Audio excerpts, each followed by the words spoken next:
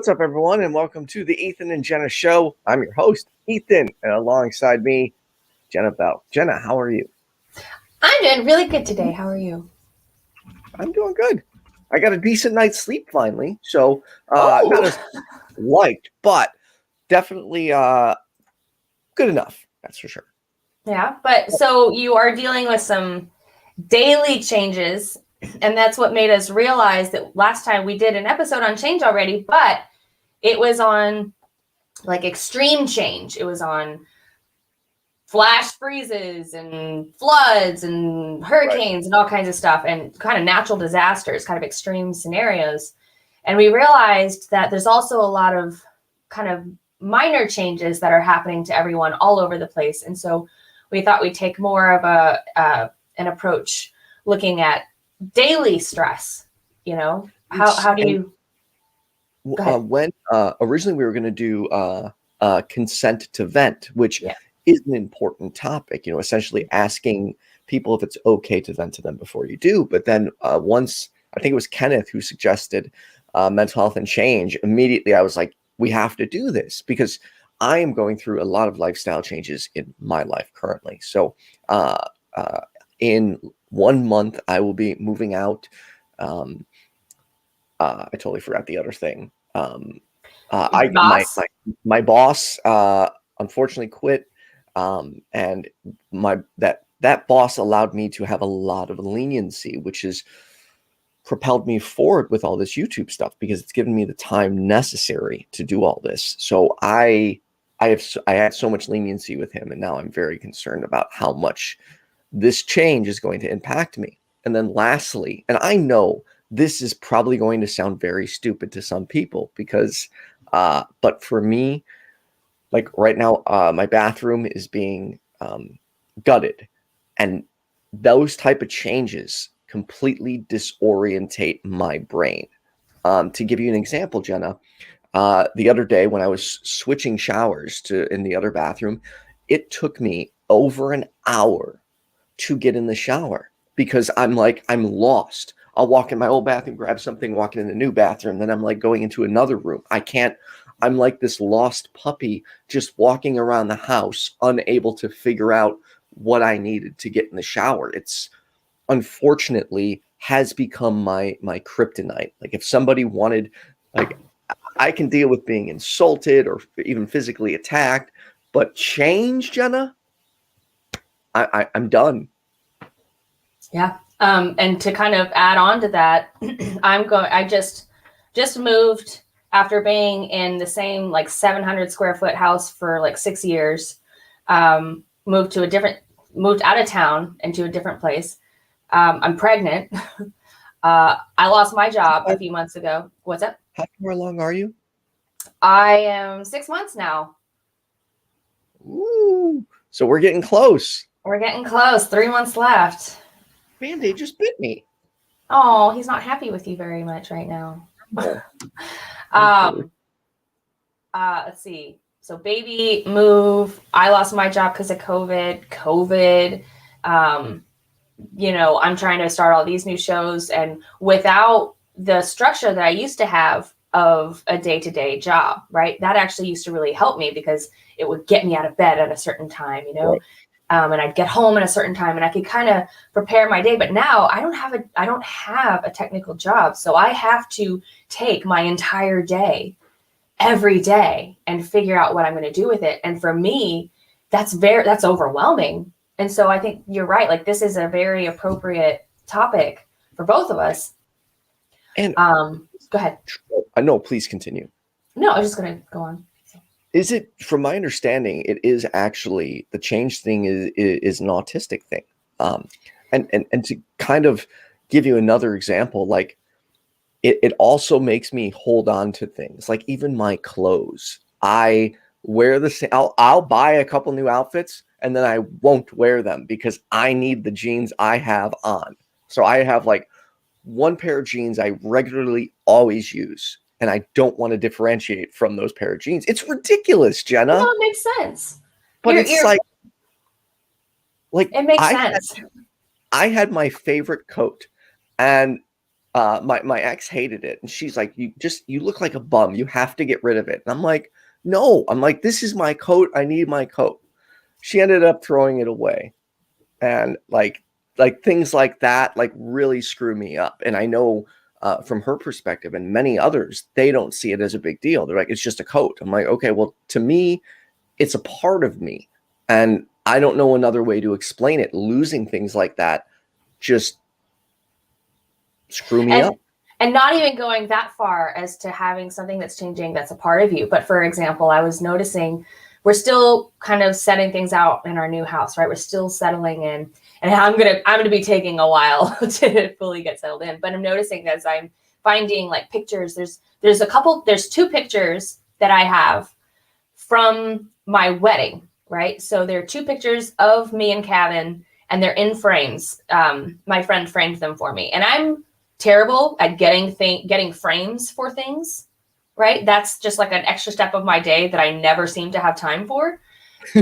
And so they're both these two pictures in these two frames, and they've always been somewhere in my living room, and they've fallen a couple times. And so one of the frames, like the sides are like coming off, and like I've taped them and it's like with cheap old Scotch tape. Like it's not even like duct tape, like it's Scotch tape. Really? and at first I noticed, I was like, why won't I get a new frame? And I'm like, it's for me, it's good enough.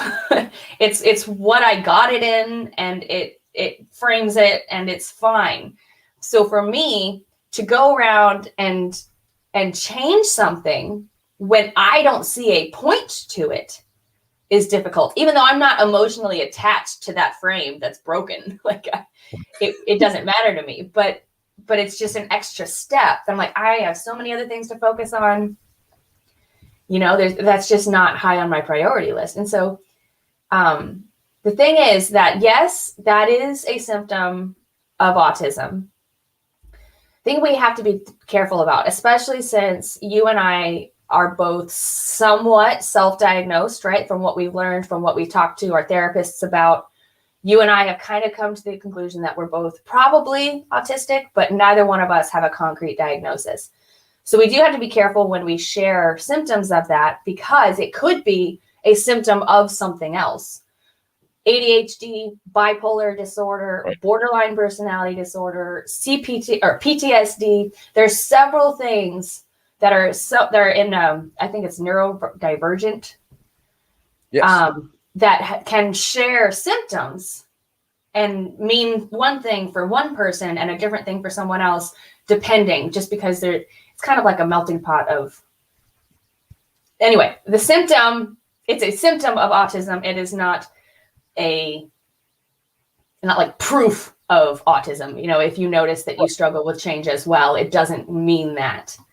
Just wanted to put that disclaimer out there. Real quick, Puckhead said you're a little echoey. Do you know if you have the correct mic selected in StreamYard? Someone else just pointed it out too. I don't know how I did.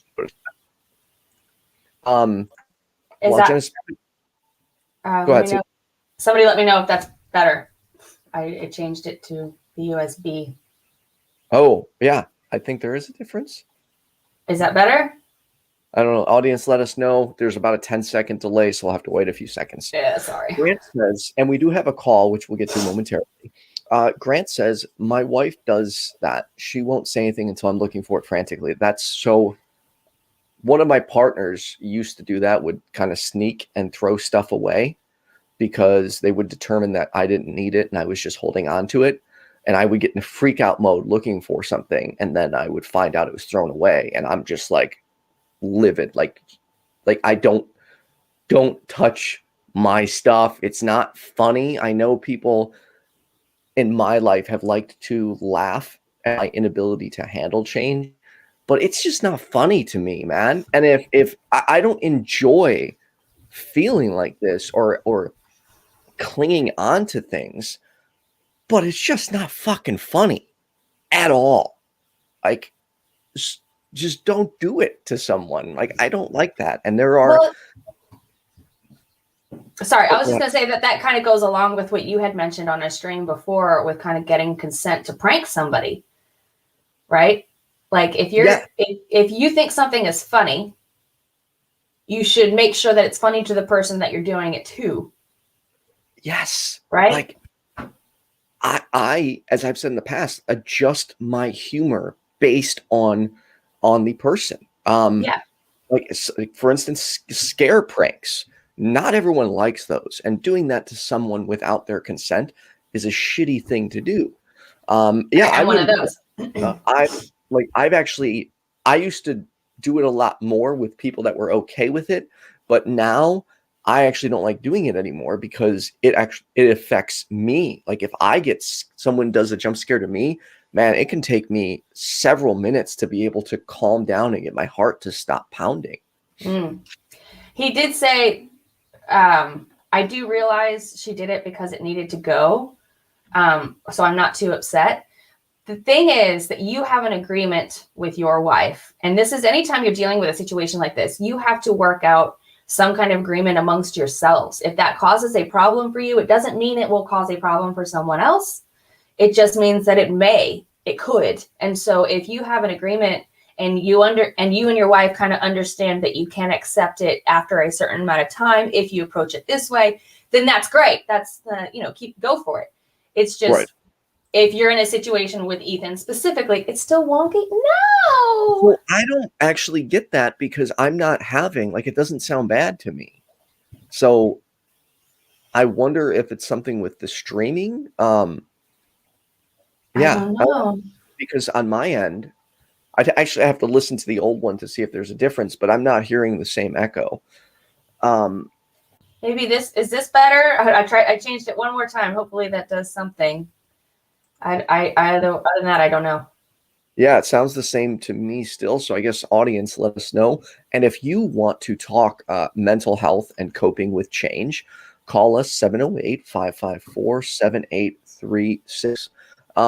Epuxtomology says doing a scare prank to someone who isn't okay with it could even cause you to get hurt if their reflex is to fight back. Or even worse, you could cause them a heart attack. Like, you got to be careful. Like, to me, I find those people who do certain types of prank in public on camera without, like, to strangers, I just think that crosses the line because there's pranking and then there's just being a dick. Yeah. And well, I don't like, I want, like, if I'm going to prank someone, it's not enjoyable for me if they don't enjoy it. Like, if it makes them miserable, then it's no longer funny to me. That makes sense. Would you like to get to our first? Oh, please. Well, I was just going to say, right before we get to our first caller, I just wanted to say, you had mentioned that, I don't remember what you said that made me think of this, but long-term stress, ignoring your stress, right? Long-term can cause like a whole bunch of physical problems and on top of your life falling apart. So I'm reading this. I'm just reading this quick list from mayoclinic.org. That's all, just a quick list. Anxiety, depression, digestive problems. I can say that my digestive problems have gotten much better. And considering I've had acid reflux since like 6th grade, it's gotten better since I've been teaching myself to manage stress. Headaches, migraines, heart disease, sleep problems, weight gain, memory and concentration impairment, cancer. There are all kinds of things. Stress can physically hurt you. Oh yeah, alcohol, drug abuse, irritability, eating too much or eating too little, insomnia. I think you said headaches, high blood pressure, heart problems. Change in stress can really impact your physical health, which is why mental health is so important. You have to make I'm trying to think of the best way to word this. Mentally, you have to be okay to physically be okay. What do you do? What do I do about what? To manage your stress. I'm still learning. I do. So what are you currently doing? I do enjoy smoking weed. it helps me a lot.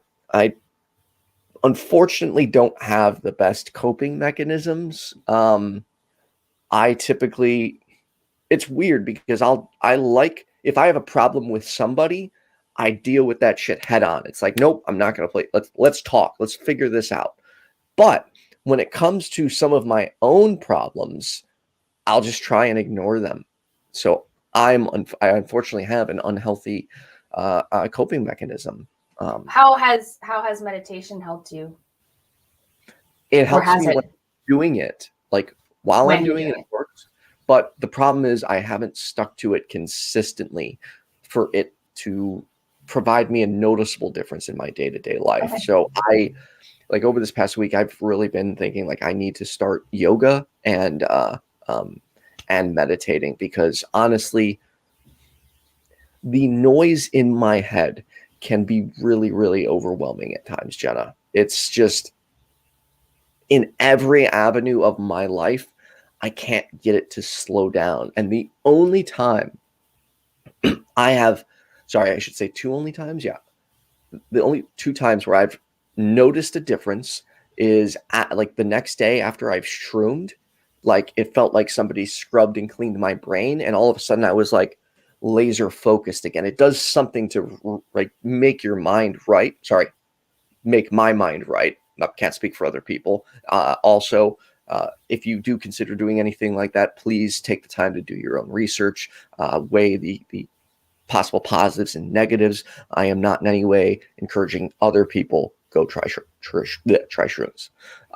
And then the other thing is cuddling. I have found that cuddling, like for instance, I even struggle to watch movies now because I can't get this to slow down. But if I'm cuddling with someone, all of a sudden it's like I get this relief in my head, and I'm all of a sudden like, oh, I can breathe, I can chill. I'm not like, because my brain during everything is just always going, Jenna, and it's really Yeah. at times very debilitating to deal with. I've actually noticed when I hug my partner that the moment that we touch and the entire time that we're touching, I can feel something in my brain is happy, like something needed this, And so I think that you and I are kind of the touch love language people. And so maybe that's one thing that people could do to better manage stress, is to try to identify what your love language is and see if that's being met. See if you feel loved by the people in your life based off of how they're treating you. And because if they're not, that doesn't necessarily mean that they don't love you. It just means that they may not know what your love language is. They may not know how to make you feel loved.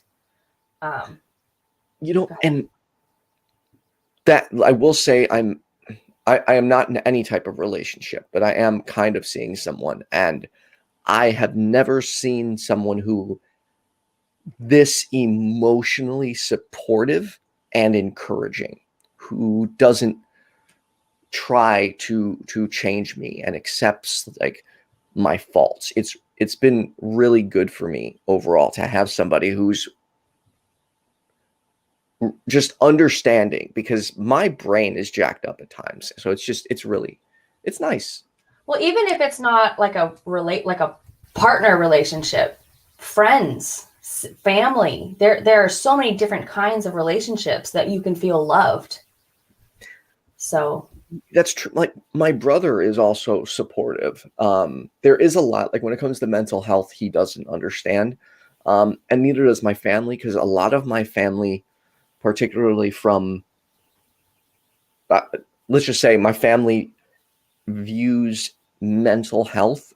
They've come a long way, but for instance, they think people with anxiety are just being weak and they just need to get over it. And, to give an example, one of my family members, since my perspective has changed, trigger warning, I'm going to be using a word here. They basically called me a pussy because of how I now approach mental health and try to talk about things. Yeah. And everyone, according to them, some of them are just being babies and need to learn to deal with things. Like just tough it out. And that's the kind of shit that I was raised with, particularly from my stepdad. But I don't hold it against him, because even though he's said some really fucked up shit to me, he came from Mexico at 18. He had a real hard ass dad, and he did what he thought was what a loving father was supposed to do. Like, he came into the picture, and I was primarily around women. So in his mind, okay, this guy needs a man. He needs to be manned up. So he would try and push that. And he was vehemently opposed to my goofiness, and would call me names for the way I acted, for my hair, the way I dressed. The names he called me were endless,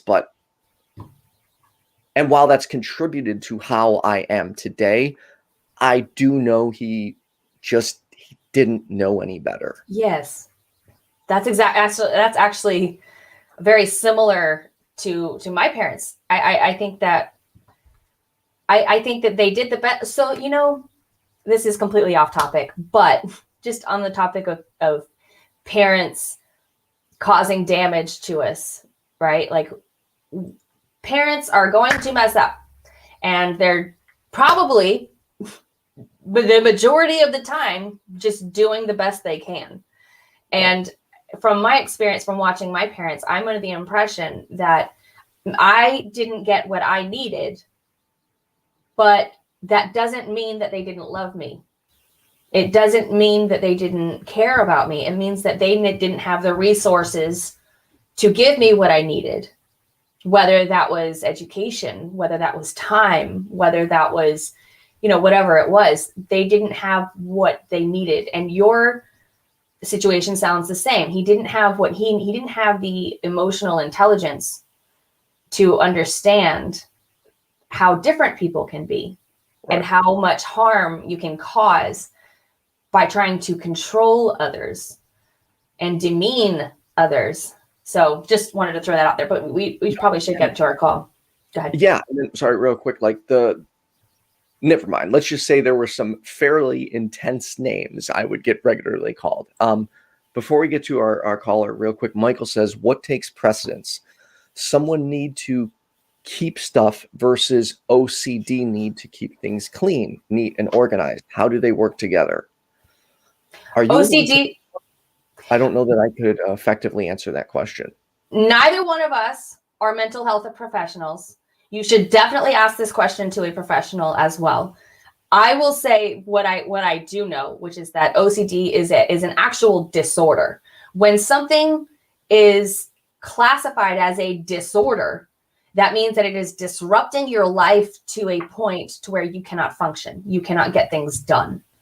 Right. So while people may throw around the term OCD, oh, I'm OCD about this, what they mean is that they're picky, usually. OCD is actually an official diagnosis. And that's the weird thing about that is that it's also a symptom.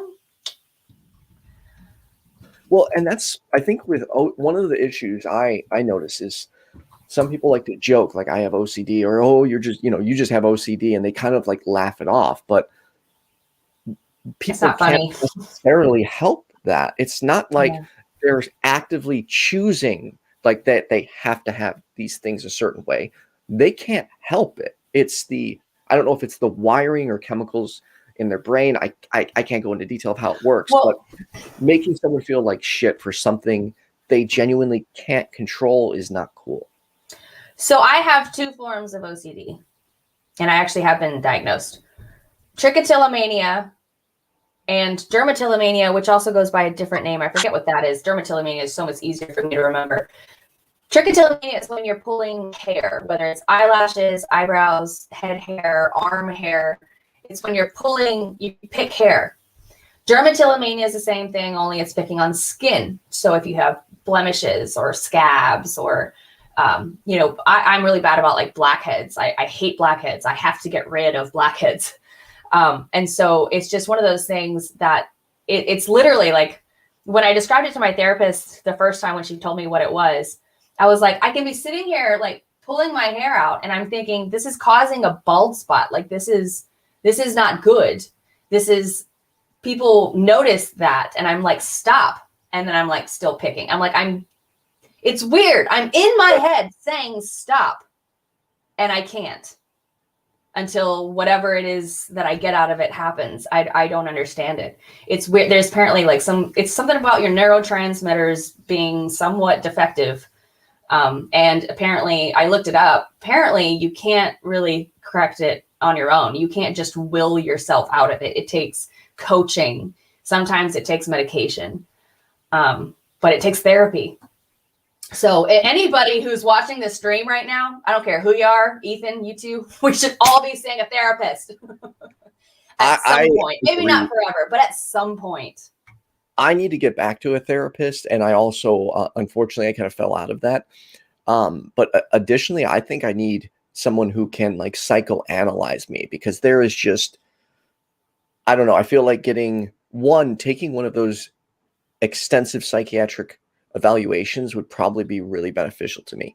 And then having someone to help psychoanalyze, because at the end of the day, my goal is to get this thing to slow down. I mean, it got so bad that I now have to take an antipsychotic at night to sleep, because it's just this endless charade of, what about this just coupled with anxiety, and it can be very difficult to deal with. And one of the mistakes I first made about 1.5 years, 2 years ago, when I was coming out of everything, is I had the mentality that, oh, I beat depression, I beat anxiety, I'm good to go now. Like, even Jenna, when you and I first become Facebook friends, and I was I was like very upbeat through several months of my life. It was, to me, I was like, I no longer struggle with depression. I didn't realize this is something I'm going to have to deal with and cope with for the rest of my life.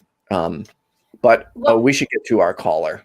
Well, just as a comment quickly to you, what might help you, because I noticed helped me, I was saying therapists who kept making me like relive my story, like, tell me more, I just kept talking. And after a certain point, I realized I didn't need to keep talking. I needed somebody to give me, basically what I needed was a psychotherapist. And that's what ended up helping me, was talking to a therapist who basically took, it's almost like a SE approach. What do you call it? Shill to Anthony Magnabosco, street epistemology. But it's like a question approach where you're talking about, well, how do you feel right now, or something, and they'll lead you with questions. And that's what helped me so much. Like, I got so much out of just 9 monthly sessions with a psychotherapist, as compared to the 9 months that I'd had weekly sessions with just a regular therapist that I'd found that it just made me talk the whole time. And I was like, I'm not getting anything out of this. I personally, as a peer and friend, would recommend psychotherapy if that's what you're looking for. Yes. Also, Mike, I'm sorry if you call back. We definitely love to get you back on. I apologize that we were talking for so long. Oh, we lose him? We lost Mike, but we do have another caller. Let's get to, so it looks like Dan wants to talk about change feels like losing sometimes. Dan, you're on with Ethan and Jenna. How are you? I am very good. It's good to be back. Before I jump into that, I just wanted, if I may, address something that you just talked about, Ethan. I feel like you and I have a very similar kind of a story in a way, because I really believe that one of the most destructive things that parents, especially men, can teach their sons is what you alluded to earlier. Suck it up. You're not allowed to cry. Only pussies are sad. Nobody wants to talk about your feelings. I really think that for men, this is the origin of toxic masculinity, and it does not do us any good. It is poison to relationships. It makes it more difficult to raise children. It crushes friendships. And every time this happens, you blame yourself because you think, well, I'm just a weak loser. Yes. If I could just be like Arnold Schwarzenegger, if I could just be like Arnold Schwarzenegger, then I wouldn't have these problems, right?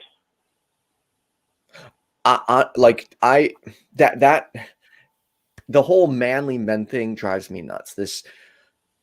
The gender stereotypes of having to act a certain way to be a real man really, played a huge role in screwing up my brain, because it was constantly things like, are you a weakling? Are you going to be a man? Are you okay, trigger warning. Like one of the names I regularly got called was FAGGOT and clown. And it's just, it's so, because now to this day in my mind, even though I know those be a man thoughts are completely irrational, it doesn't change the fact that they're still there. When somebody wants me to open up, in my head, it's don't do it. Don't be a weakling, to give you an example. Right. And I don't currently believe this, but this is the type of thing that was pounded in my head is don't be a woman. Women do this stuff. Men don't do that. So it's like an instinct in a way that prevents me from being myself. I came to a fascinating discovery many years ago. I was just tripped over it. It occurred to me one day that if you listen to the conversations that men have with each other and compare them to the conversations that women have, they're very, very different. Men like to talk about, the defensive line of the 49ers, or why the newest Ford is better than last year's, or why Star Trek is better than Star Wars. We talk about those subjects because they're safe, because you don't risk getting hurt. Women talk about relationships. They talk about their parents, their children, their best friends, their business partners. They're comfortable with that. We're not comfortable with that. We don't want to talk about, well, whoa. Let's not overgeneralize here. No, that's not true. I'm just saying by and large. So that's just been my experience. I think that men could learn a lot from women by learning by just adapting the way they communicate, which I think is for the most part better.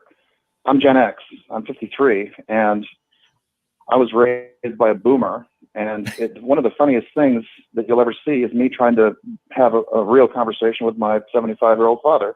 Mm-hmm. I'll tell him, "Hey, Dad, I love you." Mm-hmm. And suddenly he turns into Liam Neeson. "Oh, do you need money?" Wow. Yeah, and I'll be like, "No," and I'll be like, "No, Dad, I love you. I just wanted to tell you that I love you." And he'll go, "Oh, I'll tell your mother," I have found, so I was, prior to my stepdad coming in my life, I was primarily raised by 4 women. So to me, women, in my experience, are typically better at communicating than men. Not saying all the time, but I have just noticed that because I find I am more comfortable around women because I have found that women are typically more accepting of my personality than men. Because growing up, it was always the men that were like, don't do this, don't act like this, be a man. Whereas women would be more encouraging overall. I'm not saying there weren't women who also made me feel like crap, but I don't know. I think women are more accepting. Jenna, I don't want to speak for women. Obviously, Dan can't either in this scenario. What are your thoughts? I can't either. Well, I mean, do you have any thoughts on what we were saying, or? Well, the difficult thing is that anytime there are these talks about what women do and what men do, I don't feel like I fit in any of them. Okay. So I don't feel like I'm an accurate representative. I feel like I just shatter almost any stereotype that's ever been put on me, and that might be intentional. I don't know. So that's the thing, when you say that women like to talk about relationships, no, we don't. No, I don't. I talk about people in my life because that's a problem that I'm trying to solve. I like to talk about real things. I don't like to talk about the Kardashians. I don't like to talk about what's going on in Hollywood. I don't care. So, I mean, from my perspective, that's pretty normal for women. Let me, if I may, maybe I need to clarify my point. When I say that I have observed that women like to talk about relationships more than men, I mean that in an all-encompassing way, all relationships. Oh, I know. Relationships. Yeah. I understand that. It's just that that's not, sorry. I was just saying that's why I'm not a very good representative. I keep talking over him. Sorry, no, there's all right. So for those watching and the caller, there is a second delay between the caller and our lines, so we're occasionally, unfortunately, going to have people talk over each other. Right. To kind of bring it back to one of the other things you had said you called in about is you said change feels like losing control sometimes, and something that we struggle with throughout our lives. Is that accurate? It is. It's, again, I'm speaking really just for myself for the most part, because who else could I speak for? But it just seems to me that as change, well, we all think of ourselves as being in charge of our lives. You know, who's in charge? Me. I'm in charge. But then when change occurs, it seems to challenge our agency, depending on the nature of the change. You know, as I was mentioning to Jenna earlier, I said, you know, it challenges our sense of power and authority when we lose a job, or somebody that's close to us passes away. You know, because these are reminders of change that we cannot that we can't do anything about. And so I guess maturity is learning how to live with these things, which is easier said than done. I'm the first to admit. But I mean, I've been married 3 times, and I did not plan that. Right. I didn't sit down at the age of 19 and say, I hope I have 2 divorces. And, you know, I'm happy. Okay. I'm happy now, but yeah. I'm actually, I keep thinking about things because I'm trying to create a new show, Genesis. That's basically expanded off of Genesis, where I'm talking about, talking myself, because I've been doing a lot of platforming other people and interviewing people and learning. And now I kind of want to share what I'm learning. And one of the topics that I just wrote down yesterday in the car, even at a stoplight, I was like, oh, I need to do a topic on this, was about the fact that we have control. We have, we have control over 50% of any given scenario, maximum. And that 50% that we do have control over is only there if we put effort into it. And that is the extent of the control that we have. Effort plus chance equals success, or whatever it is you're trying to achieve. You have to have both of those things work out in order to get whatever you want to solve. And so the fact is that I've realized that I only have control over my effort. And so that gives me the maximum control that I can ever have on any situation is about 50%, which means that I have a chance. So accepting that I don't actually have any control over any situation, I have control over. What I mean by 50% is that if you achieve what you're doing, the maximum that you had control over was 50%, because you have to have chance. You have to have luck on your side as well.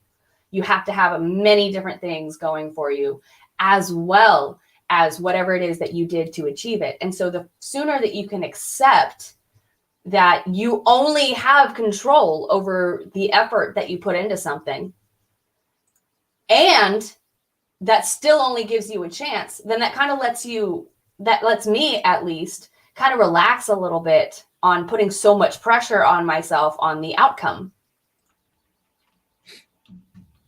Right?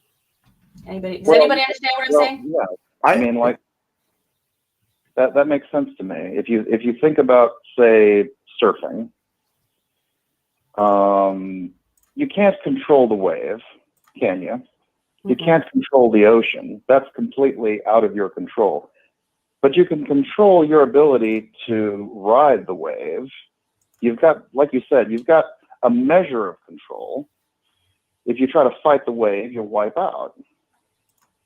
It's not going to do what you want. So you have to so you literally have to go with the flow. So I see exactly what you mean, and it makes sense. Does that help you at all? Because that's what helps me. That's what lets me take so much pressure off of myself to have control over everything. Because I was raised in a similar kind of mindset of you have to control everything and everyone in your life. Yeah, I get that. Like wanting to. And that's a surefire formula for failure. Right. Yeah. I mean, that's on that note. I was just going to say, on that note, I saw somebody, I think I just lost it, actually. There was here we go.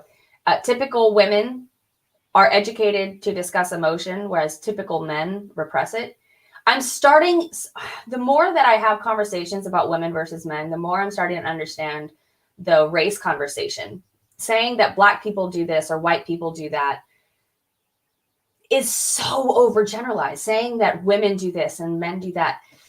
And see, for just to kind of show you what I'm talking about, this sounds at first glance to the average American correct. Yes. But then I think about the fact that I grew up in the country, and where I grew up, typical women are raised under the mindset of big girls don't cry, gunpowder and lead, right? It's so typical women in this situation is completely different. You see what I mean? That's what I mean. That's what I'm starting to understand more and more about these generalizations. But circling back to what Ethan alluded to earlier, I would just add that that you can't have, or was it you that said you can't have good physical health without good mental health? That things are, that they're linked, and that by sort of ignoring mental health, what we end up with is 72 million people voting for Donald Trump. Yeah. Yeah, I was about to go off topic. Never mind.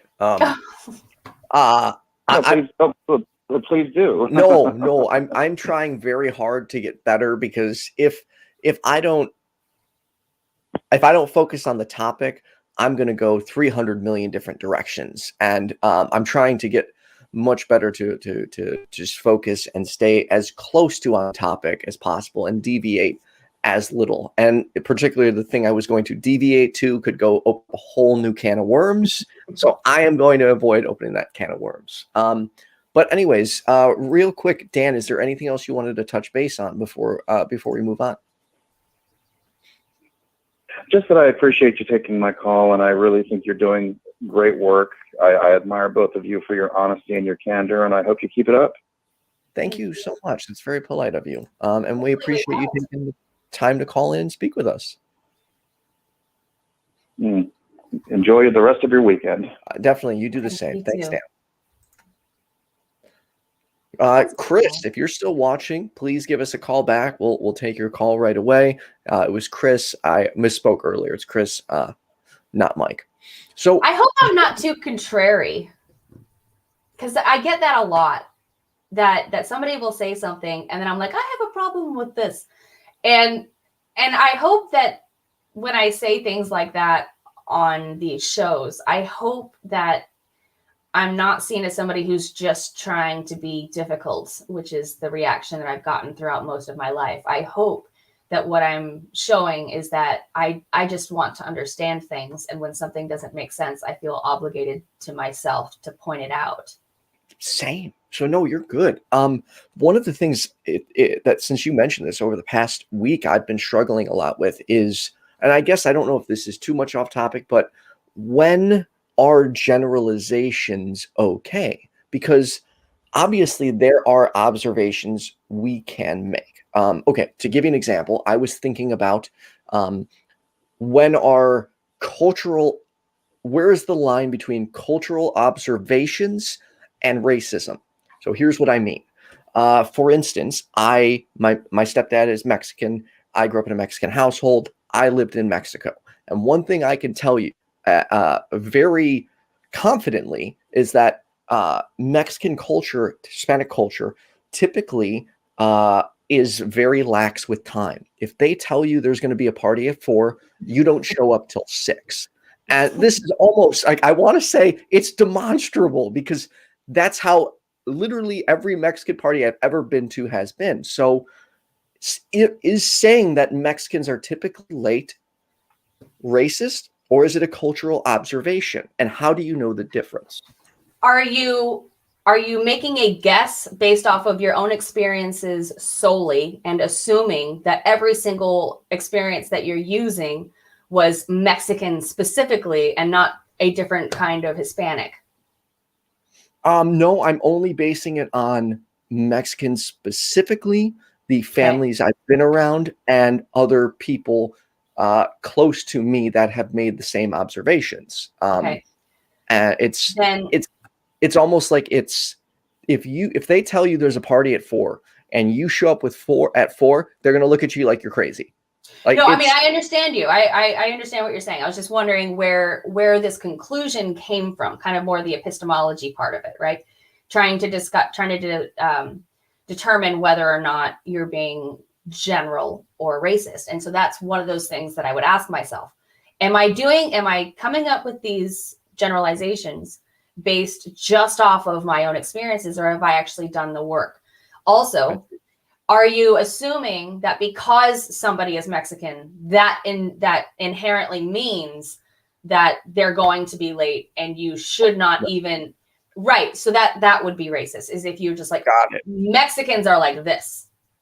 Okay, that makes sense. It's like, oh, I mean, maybe generally, maybe, but you could be wrong. So. Oh, yeah, absolutely. Yeah, I think to me, that's kind of the difference, and I could be wrong. And it doesn't apply to the Americanized Mexican culture. It's specifically, in my experience, I don't know. I'm trying to be so careful because I don't want to offend anyone, and I guess the overgeneralizations was my question. When is it okay to say, hey, these are like if you make observations about women, like, when is that generalization okay versus when is it not okay? Depends on a lot of things. Depends on who you're around. Depends on what you're saying and how you say it. Depends on if anybody that hears you say it, whether you said it wrong or not, is offended. Right. And if you ask that person and care and try to learn what it is and, do the work. I think there's just many factors. So let's talk about the 5 R's of dealing with change-related stress: relax, reflect, reassess, rehearse, and ritualize. Ritualizing actually helps me a lot, like having a consistent, like, I have to be in front of the computer by 10 or by 11 a.m. every Sunday for the Ethan and Jenna Show. Like, I don't like being late. I want my schedule. But I think so. In terms of relaxing, find ways to relax. Try deep breathing, meditating, take time to deal with your problems, which is something I am actually bad at. I will, as I said earlier in the show, I'll try and sometimes just ignore things because of the anxiety it brings me. I think that's a natural survival technique, because that's kind of like an initial reaction. If you can't do anything about it, run away from it, give yourself some space and time to think about it, to try to figure out if you can come up with a better way to handle it next time. Because if you don't get away right now, you could die and then you won't even have that chance. Right? So that to me is what it sounds like.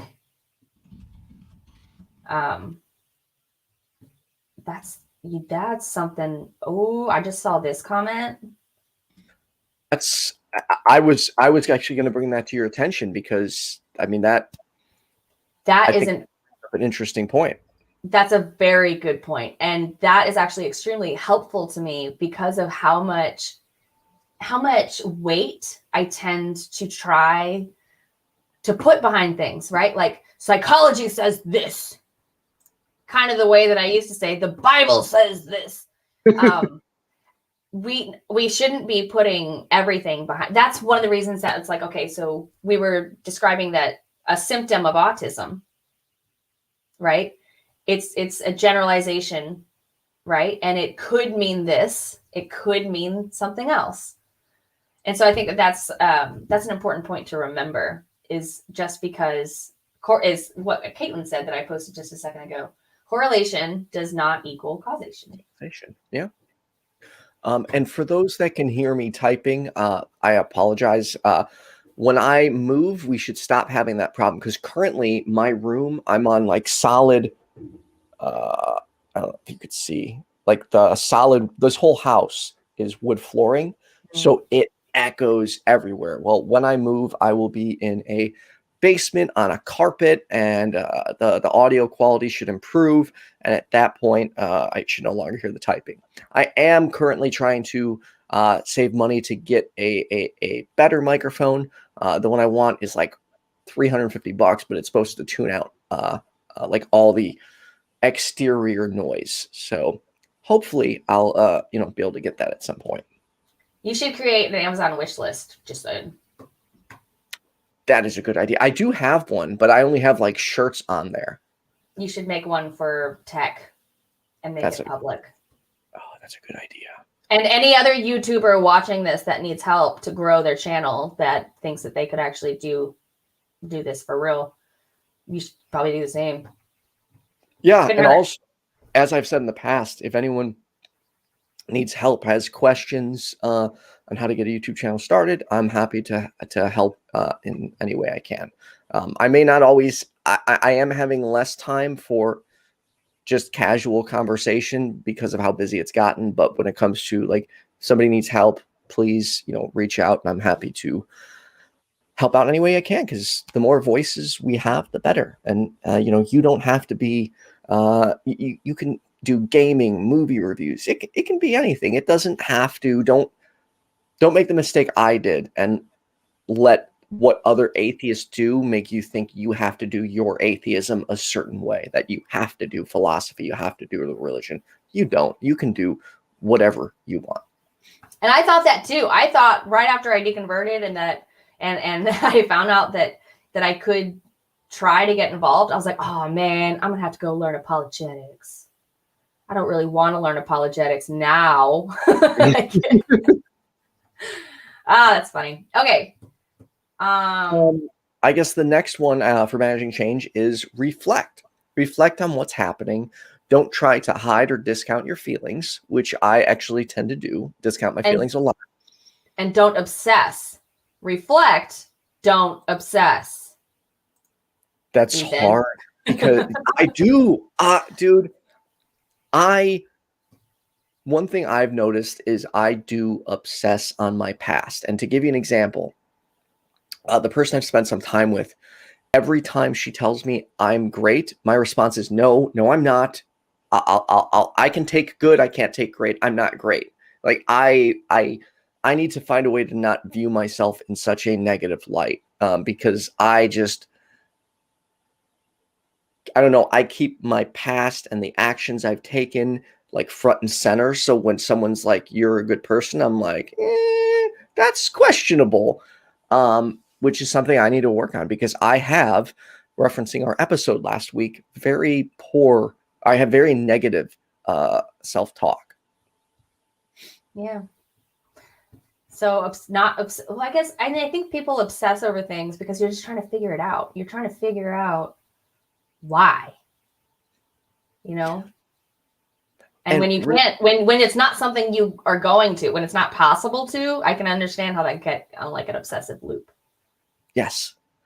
Real quick, Kaitlyn says, Ethan and Jenna are using their own time and resources to put these shows together. Please consider helping in any way that you can. Yeah, these shows, they do cost money. So we appreciate any patronage. And for those who don't know, we will be giving a percentage of our patrons to recovering from religion. And then also at some point, we would like to find a way to give it back to the people watching, whether it be like maybe giving away gift cards or things like that. I would like to thank our current patrons, Kenneth, Leonard, Expresso Cat, Doanya, and then also Kaitlyn Beyond, who is our newest call screener every Sunday. And then she's also one of the moderators of the Your Friendly Neighborhood Atheist community. So, Kaitlyn, you have been doing a lot to help Jenna and myself and me personally out, and I really appreciate it. And to all the moderators and every other screener, thank you so much for, committing to helping us. And, if you want to become a patron, you can become one for as low as $1 a month, or if you can't, no big deal. There are other ways you can help. Just share one of our, one of your favorite videos of ours, or recommend this channel. If people are having mental health issues, ask them to check it out. We typically stay, even though Jenna and I are both atheists, we try to stay away from, the religious talk, because me personally, I'd like to be more inclusive, because this is a mental health show, and I want people to feel like they can listen to it and not have to bring religion into it unless we do an episode on that, like when we did mental health and recovering from religion. Yeah. And I may throw out little comments here and there, like learning apologetics or learning the Bible, but those are, I mean, I know that the people in the chat at least understand that we don't mean that to be malicious. But if there are any Christians or anybody like that listening to this, if you hear me say comments like that, I try not to. But when I do, I'm just speaking from my own experience. I'm not trying to speak against anyone on this show. So what helps me when I get overwhelmed and all of the changes is actually what I learned in rehab. Because I think that this is one of those things that put me in rehab, was not taking things one day at a time. I'm one of those people that I have to mentally prepare in so many different ways for so many different things, that I tend to get caught up in, well, but I'm not getting this done in time, or I didn't get this done in time, or what if I don't get this done in whatever, I obsess over time. And what really, really helps me is literally to take it one day at a time, to say, okay, well, what can I do today? And allow myself to only let myself focus on what I need to do today. And yeah, I can think, eventually I need to get that done, but not like, yeah, that's eventually, but I can write that down. I can worry about that later. I can separate it from practicing taking things a day at a time. Right. So I just wanted to share, that's just the main thing. The number one thing, I think. No, I don't think that there is a number one thing. And now I'm realizing, I'm like, exercise is so important for me. Like, actually, to be able to handle stress, to be able to handle change, to be able to slow down my triggers so that I don't blow up at, the girl at the gas station, if I don't exercise, that's a huge point. Stress builds up in your body physically, and that's what causes all of those problems. And the way to regularly relieve stress from your body physically is to exercise, whatever muscles it is that are tensing up. So for me, I ran cross country in high school, and yeah, I got that runner's high, I got the endorphins, I really liked it. But then I never worked out my shoulders and arms, and that's always where I've carried my stress. And since then, I have discovered paddleboarding and kayaking, and I have discovered that working my shoulders, working the areas where I carry my stress, has significantly made my life easier, much more manageable. Not to mention getting enough sleep. I mean, these are the basics. Diet, not eating just fast food, eating some apples and bananas every now and then.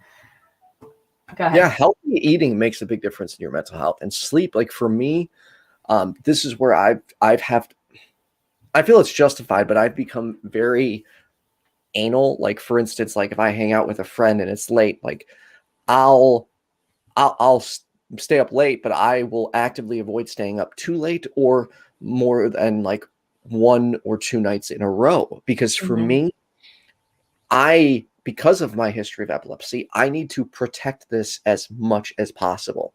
And sleep deprivation impacts me a lot. And not just like my mental health, but my stomach health. Like my stomach is usually jacked up when I don't, sleep an appropriate amount of time. So sleep, it helps. And I'm honestly getting that medication to actually make me sleep has done wonders. Like, because for quite a long time there, it was bad. I was just 3 hours of sleep a night. And that's, for me, one of the difficulties is after everything happened, my ADHD went into like crack mode. And that's why at times I'm like, thought just everywhere, because it's almost like my brain never went back to what it was. My brain and body like has fundamentally changed since epilepsy. Like there are so many differences that I've noticed where it's just like, man, I really want my body and mind to go back to what it was before all of this happened. And I don't think that's going to change. I think I'm going to have to find a way to properly cope with the new way my body and mind works. So, something that I typically ask myself when I do things like that, and I'm like, oh, I was so much this or whatever. I try to ask myself periodically, what good can come from doing this or thinking this? What good can I get out of thinking that? What good can you from thinking that you wish that you could function the way that you did X amount of years ago? What good can come from that? I guess technically none, but it can be hard because, dude, and it's just at times like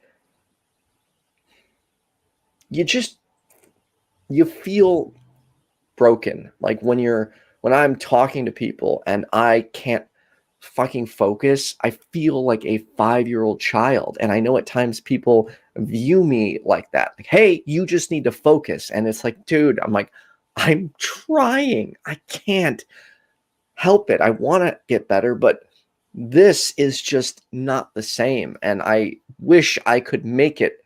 Like, I would kill to have the ADHD I used to have versus what I have now, because it's ridiculous. Who is it that's making you feel bad about it? No one has. Is it you? Is it you? I'm one of them.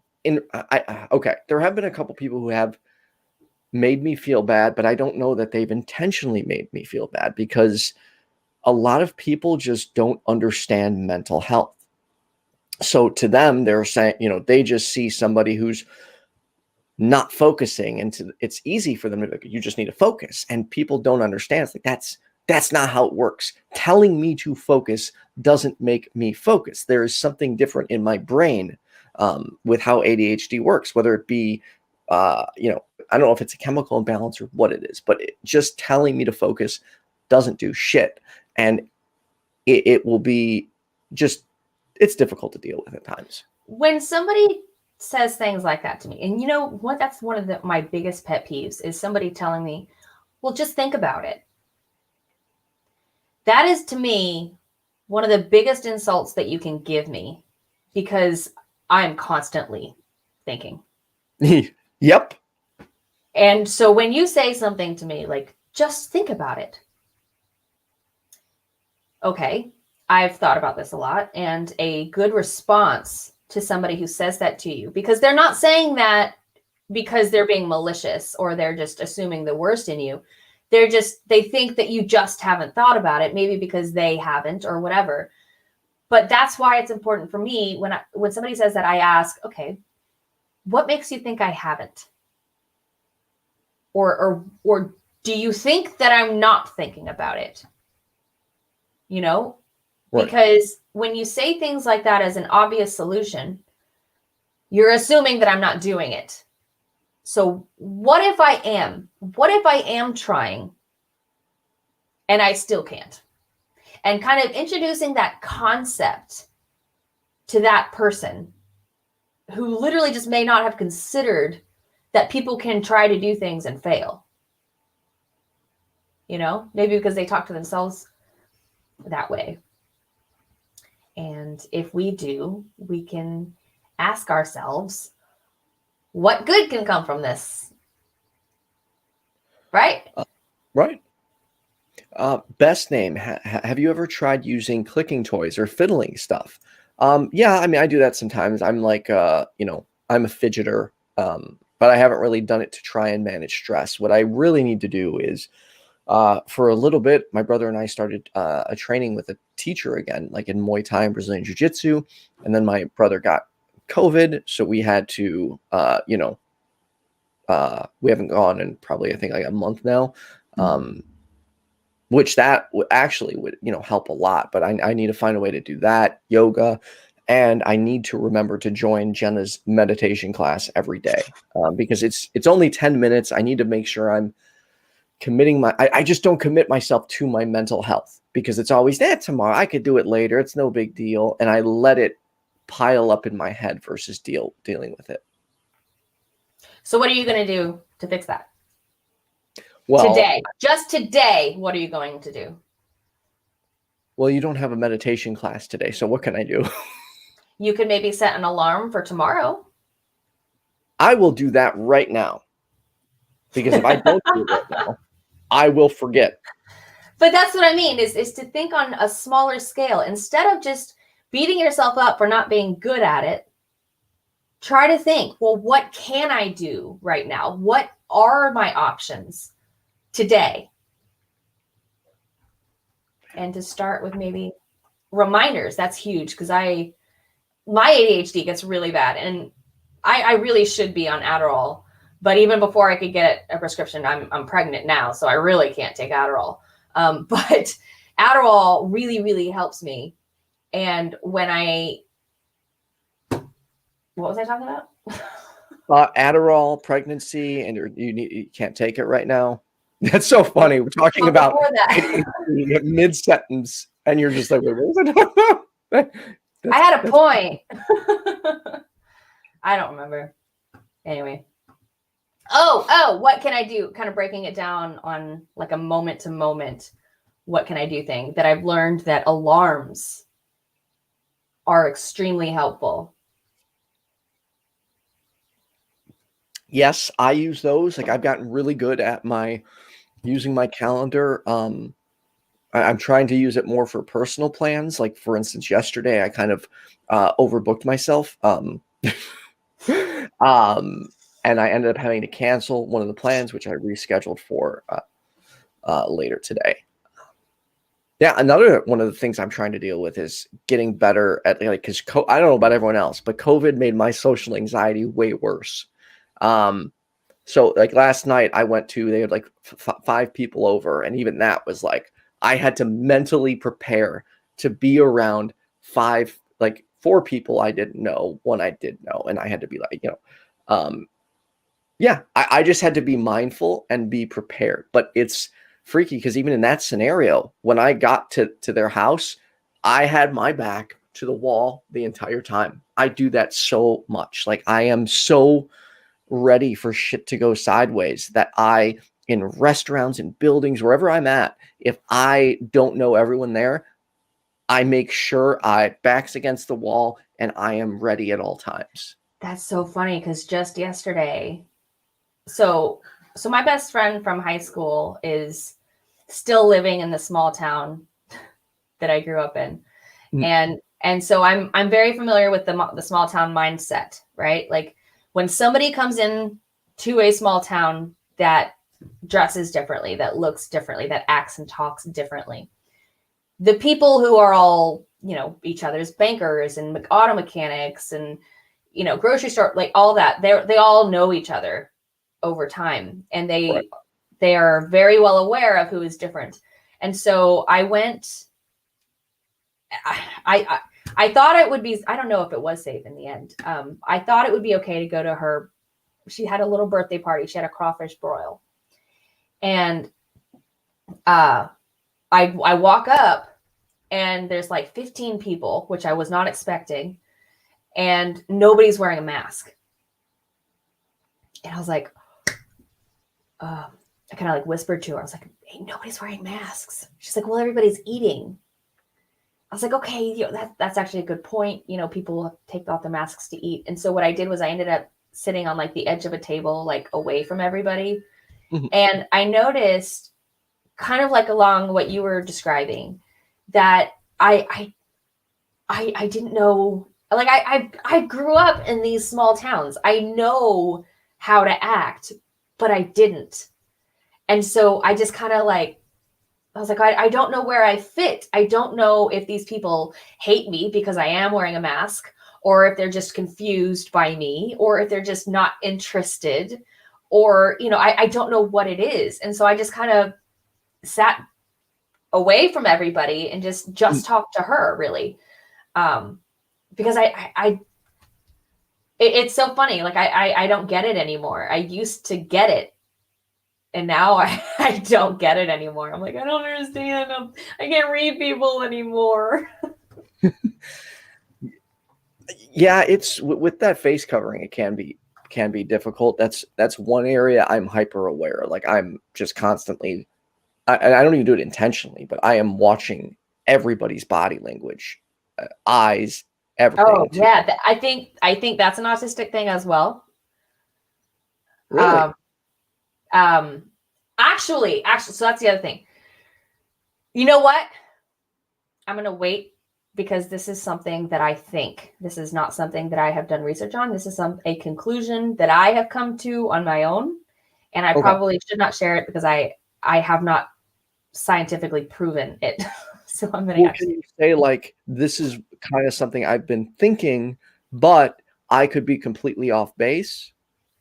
Okay, well, I can try that and see if it's going too far. So basically what I think, and from what I'm learning about what the scientific community is learning about autism, kind of from the outside, is that, so we know it's a spectrum, and we have known that it's a spectrum since we first really started learning. At least I have. I've heard that autism spectrum included in it the whole time. One of the things that we've always assumed was just an autistic thing was a lack of ability to read social cues. Right. The thing is, I think it's just a different ability to read social cues. I think that we are just more literal, at least on one side of the spectrum.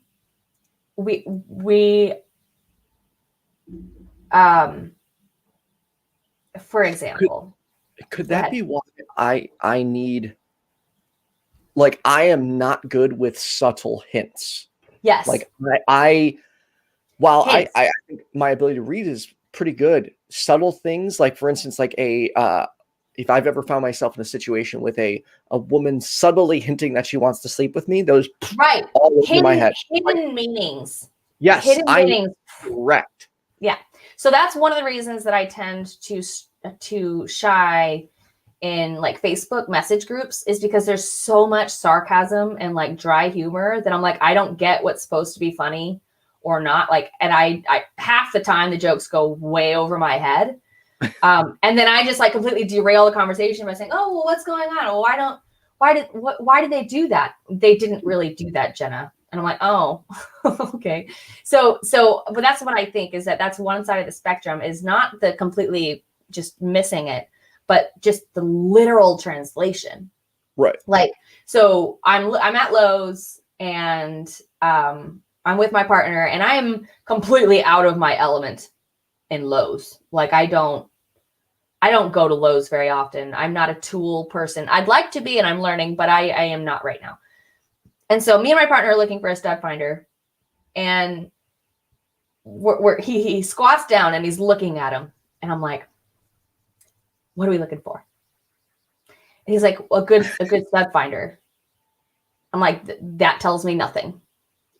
What number? What word? What yes! Specifically are we looking for? And so that's what I mean, is one of those autistic things is no, I need literal, I need specifics. And when we read Body language, we translate it literally. Right. And so I think that there are so many people that are really good at making themselves fit the social norms. And that's where I get lost. The whole, like, what's proper or what's qualified as fashion, those things that you have, I don't get it. Like, I just don't get it. So yeah, I don't know why I started talking about that, but that's what I think is a part of the autism spectrum, on a side of it that hasn't necessarily been. So go ahead. Does it also, I'm not sure if this is more ADHD, autistic, or just me as a person, but crap, damn it. For instance, I don't understand, even though I can recognize them, like certain social or corporate boundaries. Like, for instance, the other day, this was before, like probably like a month ago, my friend was over and I was like, excuse me, it's my boss. And then I'm talking to my boss at the time, about, I come back in, she's like, were you just talking to your boss about the drugs you do and sex? And I'm like, yeah, why not? Like, to me, like he was okay with it. And granted, I know I can't talk about that with everyone, but I don't understand that. Why, like, you have to, in a corporate atmosphere, pretend like, why am I gonna like hide things I want to talk about? That doesn't make sense. When I first started at my corporate job at the oil and gas company, I fresh started and I was excited because I just started an Etsy and I was crocheting, and I crocheted like a water bong cozy, right? So it's like a cozy you put over the bottom of your water bong. And water bong doesn't necessarily imply weed. I mean, it could be hookah, it could be tobacco, it could be other things. But I'd said to my boss, who actually, it's funny, my boss at the time was exactly what it sounds like your boss is now. She was totally like, she was awesome. And I'd said that to her. I was like, yeah, on Etsy, I made water bongs and I'm selling them. And she was like, I probably wouldn't say that to anybody else. I was like, say what? She's like, right.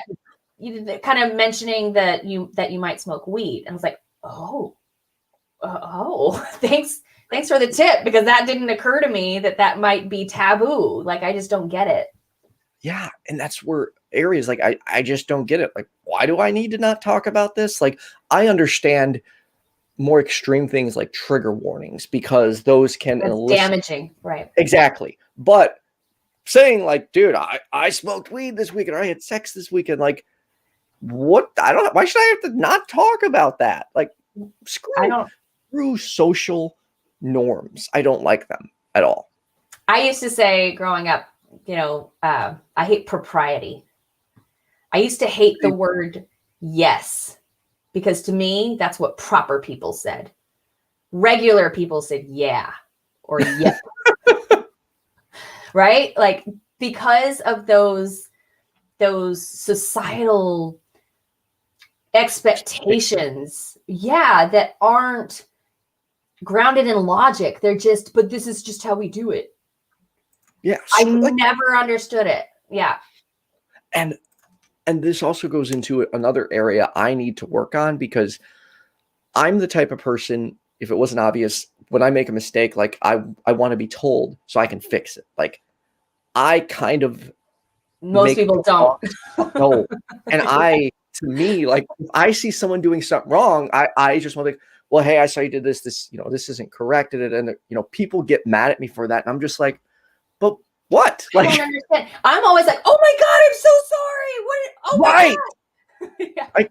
Thanks. Now I learned something new. But other people are like, well, why are you doing that? Why are you overstepping? And I'm like, I'm just sorry. But you did something wrong. I was just pointing it out. Yeah. Even I think I've brought this up before, Jenna, even in like the atheist YouTube community, there's times like where I've seen certain people's Twitters and I'm like, they don't have their YouTube or this, they don't have this set up. I'm going to send them a message and hey, just so you know, I noticed you don't have your custom YouTube channel URL. Here's the instructions on how to do it. You also might want to add this link tree. And I know that like annoys people, but to me, in my eyes, I'm just like, I don't know. Like, I want to know ways to improve myself. So I make that wrong assumption that other people want to improve themselves as well. Yeah, a lot of people are actually trying actively not to improve themselves. So I'm beginning to think that like some people are set with the status quo. I'm not. Like, the only way I'm going to get better as a person is by being told when I fuck up or when I say inappropriate things, or you I was trying to think of an example that Jenna and I had recently talked about. Oh, okay. There was a situation where I had brought something up, and apparently it came across like I was virtue signaling, and I didn't understand that at all. Like, I'm like, wait, I'm just trying to articulate. right.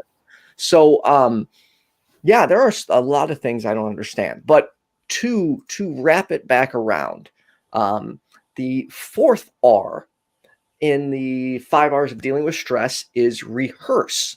Do you need to deal with something stressful? Think about possible questions, how you'd answer them, what you would like to say about what's going on. Rehearsing helps lower stress and anxiety. Rehearse. What do they mean by rehearse?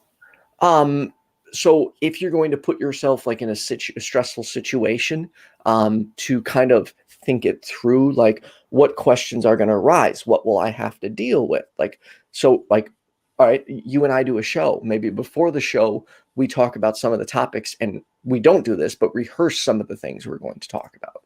I think that's what they mean. I don't know. I'm not sure if I agree with that one.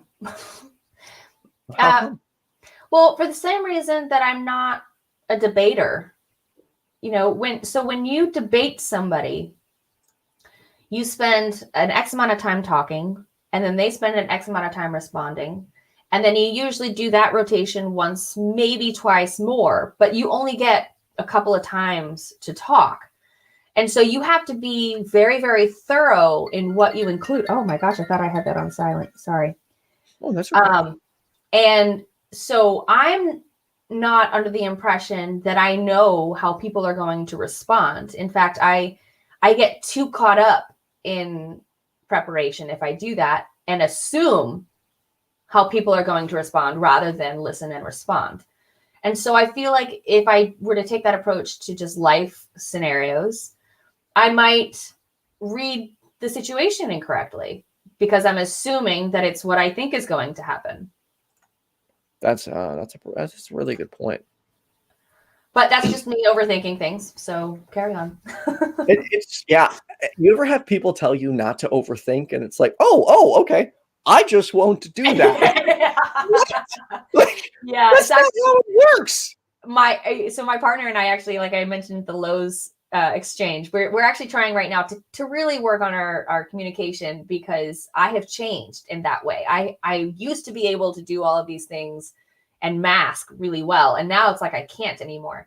And he would say something like, well, but I wasn't meant to be open for interpretation. Right. And I'm like, okay, well, I can ask and we can clarify, or I can not ask and be very confused or very wrong. Yeah, I have found it is in almost every scenario best to just ask, because like people think very differently. And as Jenna and I talked about earlier, there are certain like societal or social norms we don't understand. So when somebody says something, we could interpret it a very different way. So clarifying questions are important. It also, nope, you let your phone ring on stream. I'm afraid we're going to have to cancel. Like, even with learning, it can be, okay, let's say I've had coworkers, okay, hey, you need to do this.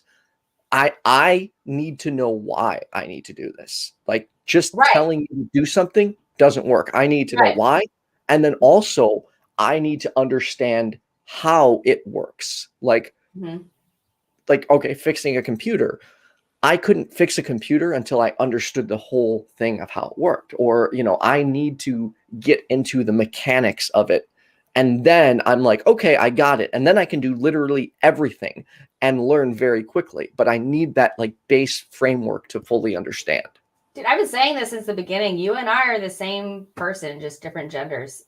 Yes, really, Jenna. And I think that's why I've always felt like a connection with you since I first saw you. You too. Yeah, you speak to me. You Is that too. I don't know if that's relate to me? I don't know. You're like the more knowledgeable version of me, the more knowledgeable woman version of me. I don't know about Or more, maybe differently knowledged. Okay, differently knowledge. Because Fair. you're more knowledgeable than me in so many comedy areas. I am so lacking in the comedy in my life. Like I'm the opposite of you. Almost like there's almost no comedy, and I need it. And actually, I just realized that one of the reasons that I don't is because when I laugh a lot, I cough. Is that weird? No. I mean, if I laugh super hard, I'll cough, but not like just regular laughing. But dude, I have found some of the best medicine is laughing at myself. And at times, like even trying to laugh at my insecurities can make them easier to cope with. I don't know if I've ever been able to actually laugh at myself. Like maybe like, oh, whatever, or shrug something off. But, Yeah, I laugh at everything. Like to me, that's always been helpful is when I try to take myself on certain things less seriously. Yeah. Anyways, Jenna, is there anything else you wanted to cover? No, I mean, I think this kind of went all over the place, but I like where we went. Me too. I hope the information was useful to other people and they could understand and relate to what we're saying. I'm sure we validated somebody because I'm sure there's someone out there that's like us. Actually, I'm sure several people in the chat are quite a bit like us.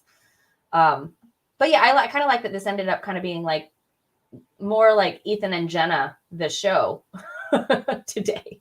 I think that's okay every now and then. Yeah, it was good. I really enjoyed it. Jenna, what do you have going on? Oh, the usual. You can find my link tree in the chat. I'm sure I'm doing Genesis. Just keep breathing. Shit. Genesis. Genesis. Just keep breathing. 15-minute meditations on the weekdays at 10 a.m. Central for just real quick. Just not necessarily a class. Just I'm doing it, and so if you want to do it with me, that's cool too. And then I have Carrot Noises on Thursdays. That's a day earlier and an hour later than it was. So that'll be Thursdays at 4:30 p.m. Central for a couple hours. I have Atheist Stasis being premiered on YouTube at 4 p.m. every Wednesday. And I believe actually next week is Easter Sunday. I will be on the Atheist Experience after we do the Ethan and Jenna Show on Consent to Vent. So that's going to be a good topic. I think so. As usual, I'm your friendly neighborhood atheist. I have a weekly show called The Perspective every Tuesday at 7 p.m. where we tackle supernatural and paranormal claims, conspiracy theories. Lately, we've just been opening it up to pretty much any extreme claim. One example would be the person we had an anti-masker call this past Tuesday. So we're trying to just tackle anything and teach proper skepticism. On Thursdays, I have a show with Hannah Vaughn at 9 p.m. on dating, relationships, and sex. Also, I meant to say this earlier and I got distracted, but happy birthday to a member of our community, Thomas Westbrook, also known as Holy Kool-Aid. And then also at the end of April, I think it's April 27th, I'm debuting a new show with Vila Bianca called The Hot Seat. And if you might be familiar with the format, it is kind of based on Hot Ones. The first two people on it will be Kenneth, Leonard, and Shannon Q, and they will be debating 3 topics while eating progressively hotter wings. The first person to give up loses. Yeah. And then I'm also doing one other test show next Monday, not tomorrow. It's going to be a call-in show with an atheist and a Christian host. So that should be quite interesting. I'd like to sign up for that if it keeps going. Totally, dude. That would be because I think it would be fun to have rotating hosts, but it's really going to. I want to be very careful, and we'll see how it goes. Only because Oh, yes. I don't want to the more I do this, the more scared I am to let bad information out. So I really want to do it in as responsible way as possible. I support that. Also, on the topic really quick of letting bad information out, something that I realized is that everything that you hear on these shows, whether it's mine and or Ethan's, whether it's, AXP or any other show that you find on YouTube, I ask that you just consider how many times you're having a conversation with any given person and how many times during that conversation you possibly think, maybe I said that wrong. Or I wish I hadn't said that. Or anything like that. And consider that those people on the streams may have those scenarios as well. And so to take literally everything that you hear online with a grain or several of salt. Charitably listen. Understand that people misspeak sometimes. Understand that people are wrong sometimes. And then find out after they talk to you that they were wrong and change their mind. And it is now your job to do the same, So to not, I will say one thing I have noticed, and I mean this as nice as possible, but as people, as skeptics, become more knowledgeable, I have noticed in some ways their communication skills are remarkable. But then when it comes to talking with lay people, their communication skills go to shit. Right. Because it's like they forget what it is like before they were a skeptic. And like me, myself, I know I have far looser language than other people. So there's times like someone's like, "Oh, you said this, you mean this?" And I'm like, whoa, dude, like, no, I'm sorry, that's not what I meant. Like, and some are so quick to just like go, rawr, and it's like, chill. Not everyone is as knowledgeable as you. And sometimes people do say ignorant things, but it's important to remember that they may not have meant it ignorantly or meant it harmful. They didn't know any better. So take a second and try to explain it to them. Yeah. So that's all I got. Everyone like, subscribe. If you do like what we do, share the video, and have a good week. Thanks, y'all.